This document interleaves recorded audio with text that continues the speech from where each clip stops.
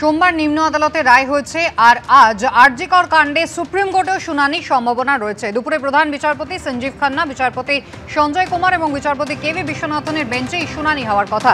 বিস্তারিত জানবো, সরাসরি কথা বলে নেব সৌভিক মজুমদারের সঙ্গে। সৌভিক, গত পরশু নিম্ন আদালতে রায় হলো, গতকাল কলকাতা হাইকোর্টে রায়কে চ্যালেঞ্জ জানিয়ে গেল রাজ্য সরকার, আর আজ সুপ্রিম কোর্টে যে শুনানি হওয়ার কথা রয়েছে মূলত কোন কারণে?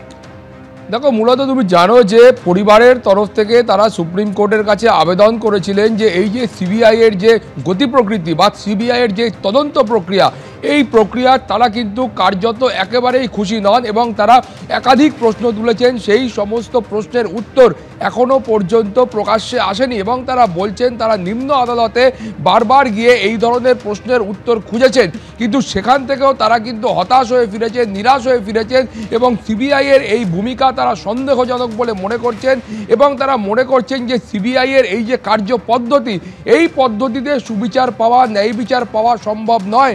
সেই কারণে তারা কিন্তু প্রথমে কলকাতা হাইকোর্টের দ্বারস্থ হয়েছিলেন মাননীয় বিচারপতি তীর্থঙ্কর ঘোষের এজলাসে এবং সেখানে গিয়ে তারা এই একই কথা বলেছিলেন যে তারা উপযুক্ত তদন্ত চান, প্রপার ইনভেস্টিগেশন চান। এই মর্মে তারা আবেদন করেছিলেন। মাননীয় বিচারপতি তীর্থঙ্কর ঘোষ তিনি খুব স্পষ্ট বলেছিলেন যে দুটি হায়ার ফোরামে, অর্থাৎ কলকাতা হাইকোর্টের মাননীয় প্রধান বিচারপতির ডিভিশন বেঞ্চে এবং একই সঙ্গে সুপ্রিম কোর্টে এই মামলা বিচারাধীন রয়েছে। ফলত কলকাতা হাইকোর্টের একজন একক বিচারপতি বা সিঙ্গেল বেঞ্চের পক্ষে এই মামলা গ্রহণ করা সম্ভব নয়। তারপরেই পরিবারের তরফ থেকে তারা সুপ্রিম কোর্টে যান এবং সেখানে গিয়ে এই আবেদনপত্র, যাকে আইনি পরিভাষায় ইন্টারলোকেটারি অ্যাপ্লিকেশন বলে, সেই ধরনের একটি আবেদন তারা দাখিল করেন এবং দাখিল করে বলেন যে তারা সেখানেও কিন্তু তারা উপযুক্ত তদন্ত চান, প্রপার ইনভেস্টিগেশন চান এবং তারা বলেছেন যে প্রথম দিন থেকে তারা কখনো সিবিআই এর জন্য কথা বলেননি, সিবিআই এর জন্য সওয়াল করেননি।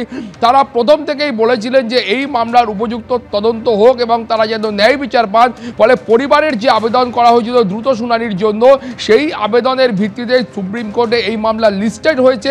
আজকে সেই মামলার বিচার প্রক্রিয়া দুপুরের দিকে হওয়ার কথা রয়েছে এবং সেই সময় সুপ্রিম কোর্টের তরফ থেকে এই আবেদনের প্রেক্ষিতে কি নির্দেশ দেওয়া হয় সেদিকে আমাদের সকলের চোখ থাকবে। ধন্যবাদ। আরজিকরের জুনিয়র চিকিৎসক আশফাকুল্লাহ নাইয়ার বাড়িতে তল্লাশি এবং তলব নিয়ে হাইকোর্টের প্রশ্নের মুখে পড়ল পুলিশ। ছত্রে ছত্রে পুলিশের অতি সক্রিয়তা নিয়ে প্রশ্ন তুললেন বিচারপতি তীর্থঙ্কর ঘোষ। বললেন অভিযোগকারী তো রোগী নন, থানায় গেলেন আর মামলা শুরু করে দিলেন। বহু ক্ষেত্রে তো জেনারেল ডায়েরি করেই ফেলে রাখেন। থানায় অভিযোগ এলো আর মামলা শুরু হয়ে গেল। বহু ক্ষেত্রে তো শুধু জেনারেল ডায়েরি করে ফেলে রাখেন। আরজিকর আন্দোলনের অন্যতম মুখ জুনিয়র চিকিৎসক আশফাকুল্লাহ নাইয়ার মামলায় পুলিশের ভূমিকায় এভাবেই ক্ষোভ প্রকাশ করলেন হাইকোর্টের বিচারপতি তীর্থঙ্কর ঘোষ। পুলিশের উদ্দেশ্যে বিচারপতি প্রশ্ন করেন, আশফাকুল্লাহ নিজেকে ইএনটি বিশেষজ্ঞ বলে দাবি করছেন, এমন প্রমাণ কোথায়? প্রেসক্রিপশন ছাড়া কিভাবে মামলা রুজু করা হলো?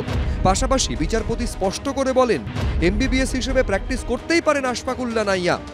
যে কোনোভাবে আন্দোলনকারী এবং যারা আন্দোলন আছে তাদেরকে কোনোভাবে কেউ সাপ্রেস করাটা কোনো অ্যাঙ্গেলে আমার মনে হয় ঠিক হবে না। আরজিকর আন্দোলনের অন্যতম প্রধান মুখ জুনিয়র চিকিৎসক আশফাকুল্লাহ নাইয়া ধর্ণা অবস্থান থেকে মিছিল কিংবা মুখ্যমন্ত্রীর সঙ্গে মুখোমুখি বৈঠক সবেতেই সামনের সারিতে ছিলেন তিনি। সম্প্রতি আশফাকুল্লাহ নাইয়ার বিরুদ্ধে নিয়ম ভেঙে ভুল পরিচয় দিয়ে প্রাইভেট প্র্যাকটিস করার অভিযোগ তোলা হয়।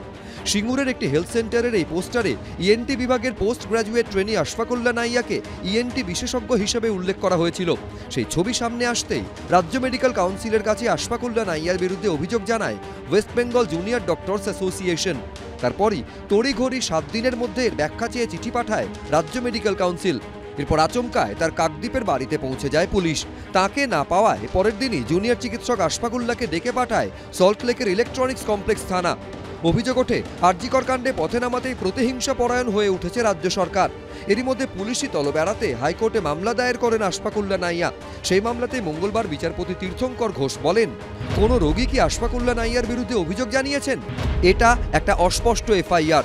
যিনি অভিযোগ দায়ের করেছেন তিনি রোগী নন, থানায় গেলেন আর মামলা শুরু করে দিলেন। পুলিশের উদ্দেশ্যে কার্যত ক্ষোভ প্রকাশ করে বিচারপতি বলেন, বহু ক্ষেত্রে তো জেনারেল ডায়েরি করে ফেলে রাখেন। এইটা হচ্ছে রাজ্য সরকারের প্রবল একটা প্রতিহিংসার আজকে এখানে একটা বিষয়। না হলে একজন ডাক্তারের বাড়িতে ভোরবেলায় একদল পুলিশ পাঠাচ্ছে এমন ভাবে যেন সে একটা ক্রিমিনাল, তাকে সোশ্যালি ডিফেম করার জন্য জিনিসটা করা হয়েছে। প্রতিবাদী আশফাকুল্লাহ নাইয়া তার বাড়িতে পুলিশ পাঠিয়ে আজকে একটা প্রতিহিংসা করতে চাইছে, আন্দোলনের মুখটাকে দমন করে দিতে চাইছে। বিচারপতি আরও বলেন, গোটা প্রক্রিয়ায় আমি হতাশ, কারণ এফআইআর দায়ের করতে গেলে ন্যূনতম কিছু তথ্য এবং সামগ্রী প্রয়োজন হয়। কেস ডায়েরি তলব করেছেন বিচারপতি তীর্থঙ্কর ঘোষ। বুধবার এই মামলার ফের শুনানি। সৌভিক মজুমদার, ব্রতদীপ ভট্টাচার্য, ঝিলম করঞ্জাই, এবিপি আনন্দ।